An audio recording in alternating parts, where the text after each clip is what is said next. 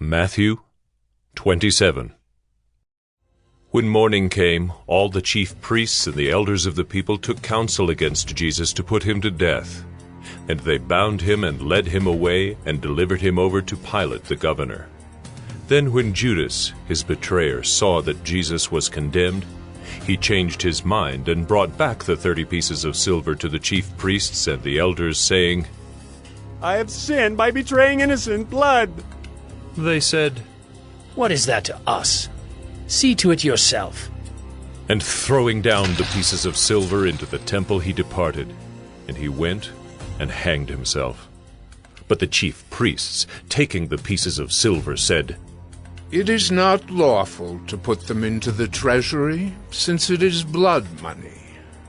So they took counsel and bought with them the potter's field as a burial place for strangers. Therefore, that field has been called the field of blood to this day.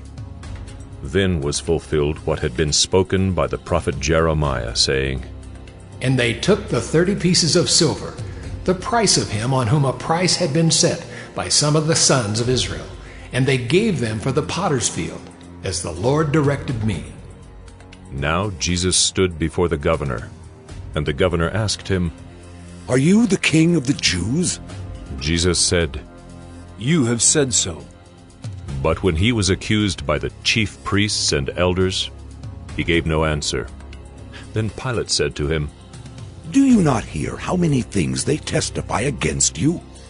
But he gave him no answer, not even to a single charge, so that the governor was greatly amazed. Now at the feast the governor was accustomed to release for the crowd any one prisoner whom they wanted. And they had then a notorious prisoner called Barabbas. So when they had gathered, Pilate said to them, "Whom do you want me to release for you, Barabbas, or Jesus, who is called Christ?" For he knew that it was out of envy that they had delivered him up. Besides, while he was sitting on the judgment seat, his wife sent word to him, "Have nothing to do with that righteous man, for I have suffered much because of him today in a dream." Now the chief priests and the elders persuaded the crowd to ask for Barabbas and destroy Jesus.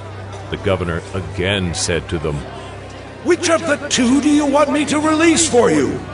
And they said, "Barabbas!" Pilate said to them, "Then what shall I do with Jesus, who is called Christ?" They all said, "Let him be crucified!" And he said, "Why? What evil has he done?" But they shouted all the more, "Let him be crucified!"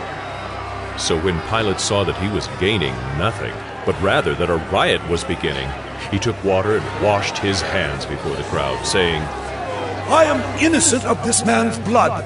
See to it yourselves." And all the people answered, "His blood be on us and on our children!" Then he released for them Barabbas, and having scourged Jesus, delivered him to be crucified. Then the soldiers of the governor took Jesus into the governor's headquarters, and they gathered the whole battalion before him.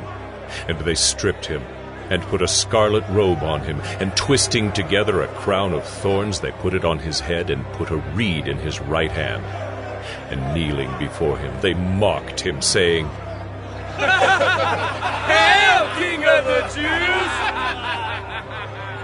And they spit on him, and took the reed, and struck him on the head. And when they had mocked him, they stripped him of the robe, and put his own clothes on him, and led him away to crucify him. As they went out, they found a man of Cyrene, Simon by name. They compelled this man to carry his cross. And when they came to a place called Golgotha, which means place of a skull, they offered him wine to drink, mixed with gall. But when he tasted it, he would not drink it. And when they had crucified him, they divided his garments among them by casting lots. Then they sat down and kept watch over him there. And over his head they put the charge against him, which read, "This is Jesus, the King of the Jews." Then 2 robbers were crucified with him, one on the right and one on the left. And those who passed by derided him, wagging their heads and saying, You who would destroy the temple and rebuild it in 3 days, save yourself. If you are the Son of God, come down from the cross. So also the chief priests, with the scribes and elders, mocked him, saying, He saved others. He cannot save himself. He is the King of Israel. Let him come down now from the cross, and we will believe in him. He trusts in God. Let God deliver him now if he desires him. For he said, I am the Son of God. And the robbers who were crucified with him also reviled him in the same way. Now from the 6th hour there was darkness over all the land until the 9th hour. And about the 9th hour Jesus cried out with a loud voice, saying, Eli, Eli, lama sabachthani. That is, My God, why have you forsaken me? and some of the bystanders, hearing it, said, This man is calling Elijah. And one of them at once ran and took a sponge, filled it with sour wine, and put it on a reed, and gave it to him to drink. But the others said, Wait, let us see whether Elijah will come to save him. And Jesus cried out again with a loud voice, and yielded up his spirit. And behold, the curtain of the temple was torn in two from top to bottom. And the earth shook, and the rocks were split. The tombs also were opened, and many bodies of the saints who had fallen asleep were raised. And coming out of the tombs after his resurrection, they went into the holy city and appeared to many. When the centurion and those who were with him, keeping watch over Jesus, saw the earthquake and what took place, they were filled with awe and said, Truly, this was the Son of God. There were also many women there, looking on from a distance, who had followed Jesus from Galilee, ministering to him, among whom were Mary Magdalene, and Mary the mother of James and Joseph, and the mother of the sons of Zebedee. When it was evening, there came a rich man from Arimathea named Joseph, who also was a disciple of Jesus. He went to Pilate and asked for the body of Jesus. Then Pilate ordered it to be given to him. And Joseph took the body and wrapped it in a clean linen shroud and laid it in his own new tomb, which he had cut in the rock.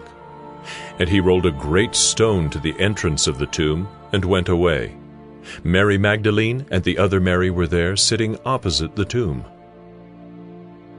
The next day, that is, after the day of preparation, the chief priests and the Pharisees gathered before Pilate and said, Sir, we remember how that impostor said while he was still alive, After 3 days I will rise.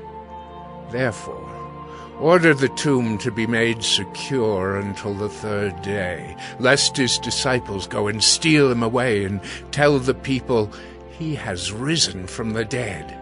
And the last fraud will be worse than the first. Pilate said to them, You have a guard of soldiers. Go, make it as secure as you can. So they went and made the tomb secure by sealing the stone and setting a guard.